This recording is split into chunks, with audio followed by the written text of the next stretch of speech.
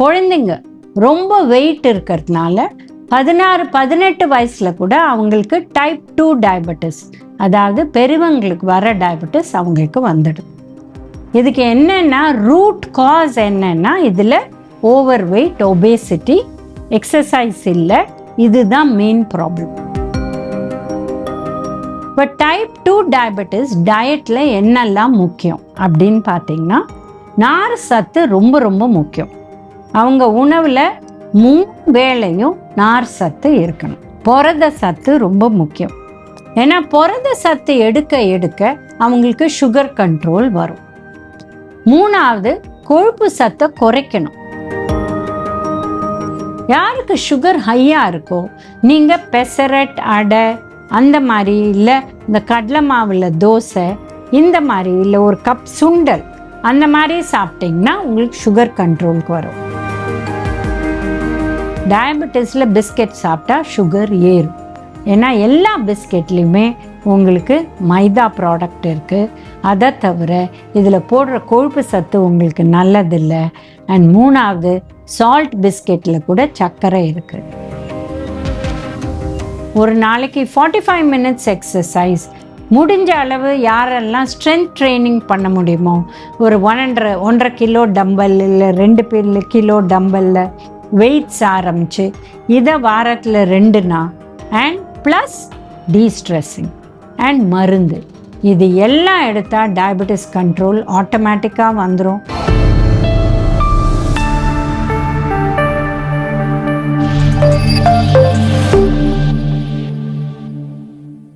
Cosmo health வியூவர்ஸ்க்கு வணக்கம். நம்ம இப்போ டயபெட்டிஸ் இருக்கிறவங்க எப்படி உணவு சாப்பிடணும் அதை பற்றி பேச போகிறோம். இப்போ டயபெட்டிஸ்னு பார்த்தீங்கன்னா 2-3 விதம் இருக்குது. பட் பேசிக்காக டைப் 1 டயபெட்டிஸ், டைப் 2 டயபெட்டிஸ்ன்னு இருக்குது. நம்ம டைப் 2 டயபெட்டிஸை பற்றி பேச போகிறோம். டைப் 2னா மெச்சூரிட்டி ஆன்செட் இல்லை அடல்ட் ஆன்செட் டயபெட்டிஸ், அதை பற்றி பேச போகிறோம். ஸோ இது மெயினாக அடல்ட்ஸுக்கு வரதுனால இதை டைப் 2 அப்படின்னு அடல்ட் மெச்சூரிட்டி ஆன்செட் டயபெட்டிஸ்னு அதுக்கு பேர் வச்சாங்க. இந்த காலகட்டத்தில் குழந்தைங்க ரொம்ப வெயிட் இருக்கிறதுனால 16-18 வயசுல கூட அவங்களுக்கு டைப் 2 டயபெட்டிஸ், அதாவது பெரியவங்களுக்கு வர டயபெட்டிஸ் அவங்களுக்கு வந்துடும். இதுக்கு என்னன்னா ரூட் காஸ் என்னன்னா இதில் ஓவர் வெயிட், ஒபேசிட்டி, எக்ஸசைஸ் இல்லை, இதுதான் மெயின் ப்ராப்ளம். ஸோ நம்ம வெயிட்டை குறைக்க குறைக்க இவங்களுக்கு இது சரியா போயிடும். அவங்க பார்டர் லைன் இல்லை ப்ரீ டயபெட்டிஸ் ஸ்டேஜில் இருக்காங்கன்னா இதை ரிவர்ஸ் பண்ணுறது கூட ஈஸி. மருந்து எடுக்காத வெயிட்டை குறைச்சி லைஃப் ஸ்டைலில் மாற்றி இதை மாற்றக்கூடிய வாய்ப்பு இருக்குது. இது குழந்தைங்களா இருந்தாலும் சரி, பெரியவங்களா இருந்தாலும் சரி. பட் டைப் 1 டயபெட்டிஸ் அது மாதிரி கிடையாது. குழந்தைங்களுக்கு வந்துடுச்சுன்னா அவங்க இன்சுலின் எடுத்துக்கணும் அண்ட் டாக்டர் அண்ட் டயட்டிஷியன் பார்வையில் கண்டினியூஸாக இருக்கணும். அதை பற்றி நம்ம பேச போகிறதில்ல. நம்ம பேசுறது டைப் 2 டயபெட்டிஸ்.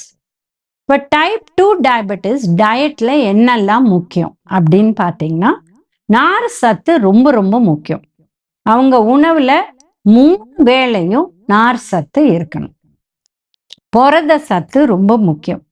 ஏன்னா புரத சத்து எடுக்க எடுக்க அவங்களுக்கு சுகர் கண்ட்ரோல் வரும். 3வது கொழுப்பு சத்தை குறைக்கணும். ஏன்னா டயபெட்டிஸ் வந்துட்டாலே இவங்களுக்கு அடுத்தது கொலஸ்ட்ரால் ஏறி இருதய நோய் வரக்கூடிய வாய்ப்பு ஜாஸ்தி ஆயிடுது. அதனால இவங்க கொழுப்பு சத்தை குறைக்கணும். ஸோ இந்த 3 விஷயத்த நம்ம ஃபர்ஸ்ட் கண்ட்ரோல் பண்ணா இவங்க டயபெட்டிஸ் கண்ட்ரோல்ல பியூட்டிஃபுல்லா பண்ணலாம். இந்த காலத்துல ரெமிஷன் பத்திரி கூட பேசுறாங்க. டயபெட்டிஸை ரிவர்ஸ் பண்ணிட்டு அதை அப்படியே மெயின்டைன் பண்றதுக்கு வாய்ப்பு இருக்கு. பட் இதுக்கு லைஃப் ஸ்டைலும் முக்கியம். ஸோ லைஃப் ஸ்டைல்னா என்ன?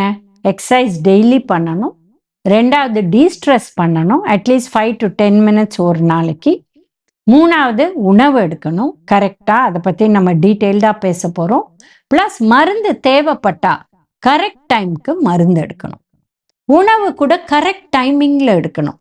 இப்போ உங்களுக்கு மருந்து காலையில், மதியம் இல்லை நைட்டு எந்த வேலை கொடுத்துருக்காங்களோ அந்தந்த டைமில் மீல்ஸ் எடுக்கிறது ரொம்ப முக்கியம்.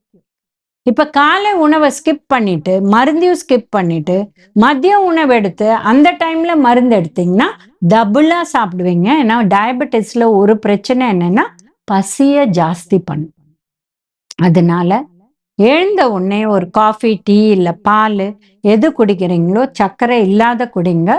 காஃபி, டீ கொஞ்சம் லைட்டா போட்டா அந்த பால்ல இருக்கிற ஸ்வீட்னஸே உங்களுக்கு சர்க்கரை தேவையில்லை.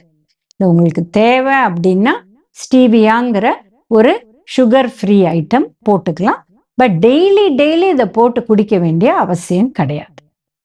ரெண்டாவது பார்த்தீங்கன்னா காலை உணவுல சாலட் சாப்பிடுங்க, கொஞ்சமா பழம் சாப்பிடுங்க, பிளஸ் 2 இட்லி இல்ல 2 தோசை இல்ல 2 பெசரட்.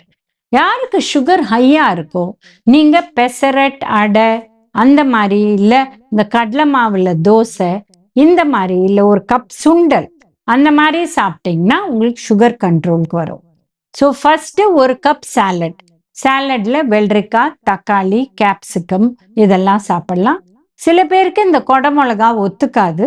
அப்ப லைட்டா அதை வெறும் கடாயில வதக்கிட்டு இதை போட்டு சாப்பிட்டுட்டு அதுக்கப்புறம் நீங்க 2 இட்லி, இப்ப அடை மாவு செய்யறீங்க, அந்த அடை மாவை கூட புளிக்க வச்சுட்டு மறுநாள் காலையில இட்லி அதுல போட்டு சூடா சாப்பிட்டீங்கன்னா உங்களுக்கு அது மோர் புரோட்டீன் கிடைக்கும். காலை உணவுல ஃபர்ஸ்ட் புரோட்டீன் எடுத்தீங்கன்னா சுகர் கண்ட்ரோல் பெட்டர் ஆகுது. ஸோ எக் சாப்பிட்றவங்க எக் சாப்பிடலாம். சிக்கன் ஃபிஷ் சாப்பிட்றவங்க கிரில் பண்ணி சிக்கன் ஃபிஷ்ஷை சாப்பிடலாம். ஸோ இந்த மாதிரி சாப்பிடலாம். இப்போ என்ன சாப்பிடக்கூடாது காலை உணவுல? பிரெட்டு சாப்பிடக்கூடாது.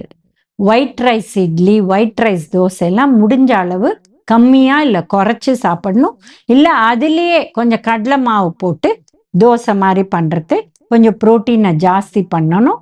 இல்லை இந்த மாதிரி ஒரு நார் சத்து உள்ள உணவு அதுல வாழைத்தண்டோ இல்லை அந்த மாதிரி ஊத்தப்பம் போடுறச்சு கீரைகள், முருங்கைக்கீரை இந்த மாதிரி போட்டு சாப்பிட்டா அது பெட்டர் ஆயிடும். 11 மணி 4 மணி மோர் குடிக்கலாம். இல்லை உங்களுக்கு இந்த மாதிரி டீ காஃபி தான் வேணும்னா வெறும் டீ காஃபி குடிச்சா போறோம். அது கூட பிஸ்கெட் சாப்பிடவே கூடாது. டயபெட்டிஸ்ல பிஸ்கெட் சாப்பிட்டா சுகர் ஏறும். ஏன்னா எல்லா பிஸ்கெட்லையுமே உங்களுக்கு மைதா ப்ராடக்ட் இருக்கு. அதை தவிர இதுல போடுற கொழுப்பு சத்து உங்களுக்கு நல்லதில்லை. அண்ட் 3வது சால்ட் பிஸ்கெட்ல கூட சர்க்கரை இருக்கு. அதனால தேவை கிடையாது. இல்லை நாங்க சுகர் ஃப்ரீ பிஸ்கெட் சாப்பிட்றோம் அப்படின்னு சொல்லுவாங்க. சுகர் ஃப்ரீ பிஸ்கெட்லயும் மைதா இருக்கு. அதனால பிஸ்கெட்ஸே வேண்டாம். வேணா கொஞ்சமா வேர்க்கடலை இல்லை பொட்டுக்கடலை, உடச்ச கடலை இல்லை உப்பு கடலை இல்லை சுண்டல் அந்த மாதிரி சாப்பிடலாம். அடுத்து பார்த்தீங்கன்னா லஞ்ச் அண்ட் டின்னர். இது ரெண்டுமே ஒரே மாதிரி இருக்கணும். ரைஸ் இல்லை சப்பாத்தி இல்லை இட்லி இல்லை தோசை. இட்லி தோசை சேப்பரிசி கருப்பரிசியில் பண்ணலாம், இல்லை சிறுதானியத்தில் பண்ணலாம். ஸோ இது 1 கப் ரைஸ் இல்லை 2 இட்லி இல்லை 2 சப்பாத்தி இல்லை 2 தோசை இதை சாப்பிட்டுட்டு இதுக்கு 1 கப்பு புரோட்டீன் சாப்பிடணும். பருப்பா இருக்கலாம், சாம்பாரா இருக்கலாம், சுண்டலா இருக்கலாம், முளைக்கட்டின பயிரா இருக்கலாம், பன்னீரா இருக்கலாம், காளானா இருக்கலாம், மஷ்ரூம் இல்லை egg, fish or chicken gravy ஃபார்ம்ல. இது ஃப்ரைடு கிடையாது. 2 மடங்கு காய் சாப்பிடணும்.